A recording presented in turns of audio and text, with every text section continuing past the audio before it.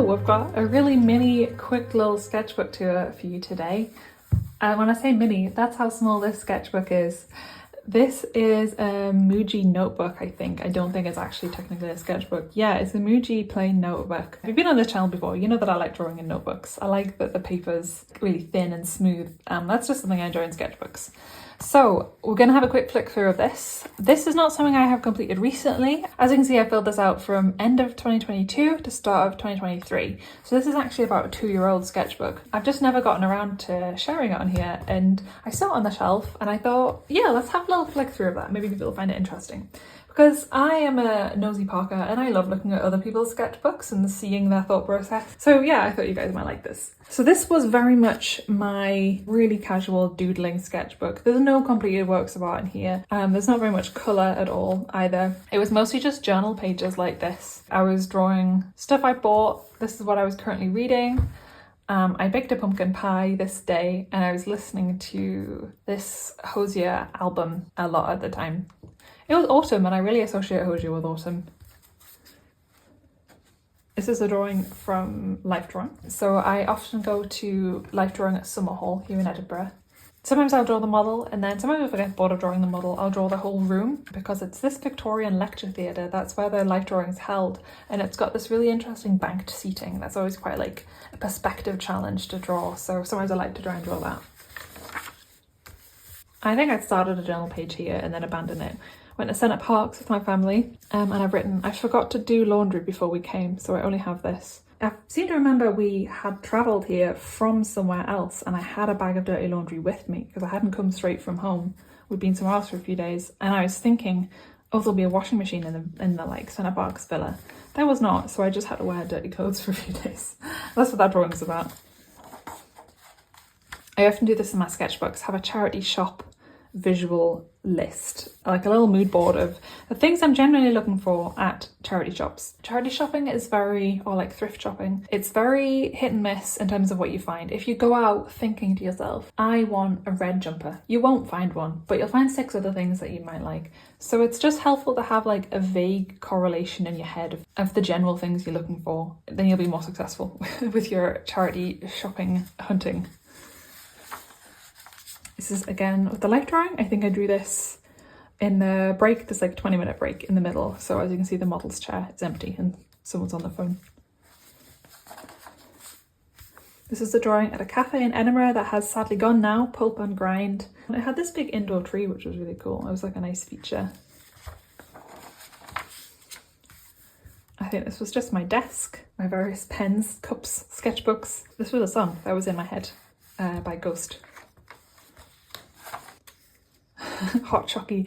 I remember why I drew this. We'd gone to a cafe and I'd ordered a hot chocolate, and when I said, oh yeah, I like hot chocolate please, the man responded like, right, yes, hot chocky. That's how he said when he wrote it down. Then when he brought it to the table, he said hot chocky again, and that just tickled me. I thought it was funny, so I drew it.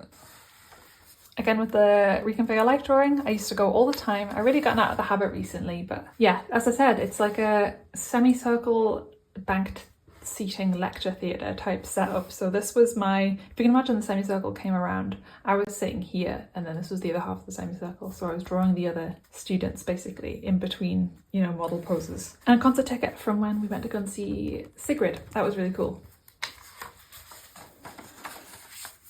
New jeans. And this was on the way to Thought Bubble. I think 2022 was the first time I ever went to Thought Bubble. I was just there as a customer having a look around and got really inspired. And then 2 years later I came back as a vendor, as a seller. So that was like a cool progression of things to go from being a customer to a seller. This was the train on the way there. So I got the train down Edinburgh to York and then York to Harrogate. It was a super early start. To get to York for 9:30, I had to leave Edinburgh. God knows how early. When you get the train into Harrogate, on Thought Bubble weekend, it's really fun trying to spot the other people on the train who you think are Comic-Con attendees. You can usually really tell if it's like obvious cosplays, but then sometimes you see people who are dressed normally, but then you notice on their backpack they've got loads of kind of like comic and arty pins, and you think to yourself, yeah, they're gonna Thought Bubble. So it's kind of fun, like attendee spotting on the train. And I drew this during a panel. We went to a panel about self-publishing and I made some notes of all the things the people said, because I'm interested in making my own comic one day. And I drew the panelists as they were talking as well. And this was my wristband from the day. I went with our friend Savannah and I draw each of our outfits. I bought so many comics today. So this was a black pen, I can't remember, gel pen? I think it's a Muji gel pen. The blue purple is a mildliner, and then the black is just a marker.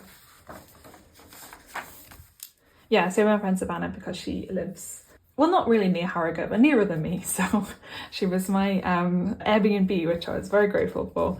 And this was a drawing in her flat. It was autumn, so she had a million pumpkins. It was very cozy.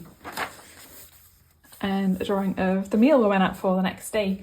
I went and had a poke bowl. I think this was the first time I've ever had a poke bowl, and I really liked it. It was really good.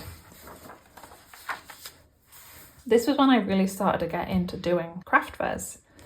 This was one of the first bigger ones that I did. Glasgow Festival Craft Fair. So I drew on the train there, I drew my stock, stuff like that.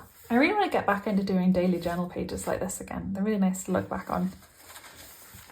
And I drew some various things while I was at the fair. There was some kind of quiet lulls during the day, so I did some drawing. I've done like a little witch, some mountains, a bit of people watching while I was at the market. There was some cool outfits to draw. And I think this was also done on the same day, but I feel like this was referenced from like a street style Instagram. This wasn't like a person at the fair. A few days later, I drew a drawing to commemorate getting a new pair of Doc Martens and how shredded my feet got. This is just this is the rite of passage. If you want to be a Doc Martens wearer, you've got to go through the foot shredding. It builds character. And I've got a little observational drawing of Sleepy Roller there as well. This was when I started, so I don't work there anymore, but I used to work at a cat cafe, and this was this was when I first started. I drew like a journal page. So I was trained in all sorts of things. I did barista training, we did some kind of like veterinary stuff. We did training with a vet nurse on how to do like various cat care things. Yeah, this is all that commemorated. There was 10 cats to look after, but Coco has my heart to this day. I love Coco so much. She's a British short hair and she's got really glossy jet black fur. She's retired from the cafe now, but yeah, I miss her very much. I worked at Mason & Moggy for 2 years in the end. So this was just when I'd first started, so this is when it was all super fresh and new to me. Also, not to toot my own horn, but I was a pretty good barista. I got really good at latte art in the end. Because it was a cat cafe, I used to do these latte art cats for people, and they were very popular. Customers really liked them. I quite enjoyed doing it. I've stuck this in. I didn't draw anything from the day, but this was when I did a project with NATO, which was really cool. That was probably like, in terms of like client size or importance, I guess, this is probably like the biggest project I've ever done. They got me to do a page in a collaborative graphic novel that had young people from all the different NATO countries across the world contribute to a graphic novel, and then they held a big launch party for it in Belgium, in Brussels. They flew us all out. We met a load of like cool high up NATO people. Yeah, that was really cool. That was a really cool opportunity. This was around Christmas. I always get into crochet every winter. I like crochet year round, but I always find myself really getting into it in the winter. And so I was making Rollo a new jumper, as you can see, and I was trying it on him at various points to make sure it fit him. He was very patient with me. Gnats everywhere. Oh god, yeah, this was when our houseplants got a fungus gnat infestation. It took ages to get rid of. We're finally free of them now. What got rid of them for us, actually, if you're a houseplant fan and you deal with gnats? Sundew plants. We got some sundew plants. They're a carnivorous plant and they eat gnats like crazy. And ever since we got a few of those and just dotted them around our houseplants, the flies have just gone. They've been eaten basically, and it really like knocked the infestation on the head. This is a little observational drawing in Starbucks. I love being in a coffee shop in the evening in winter time. It's so cozy, like dark outside and everything. A little observational drawing of somewhere in Edinburgh. I love the buildings in Edinburgh. A drawing in Steampunk in North Berwick.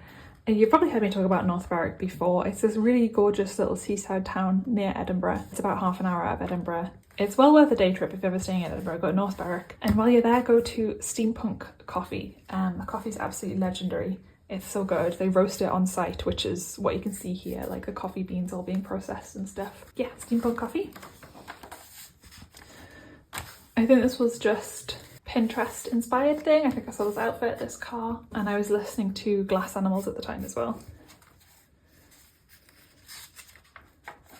And yet another coffee shop drawing. This is called Espresso in Edinburgh. This is another really nice place that I recommend as well. I think this was right after we'd climbed Arthur's Seat. So if you're visiting Edinburgh and you're doing Arthur's Seat, check out Cult Espresso afterwards. It's fairly nearby. Super nice coffee as well.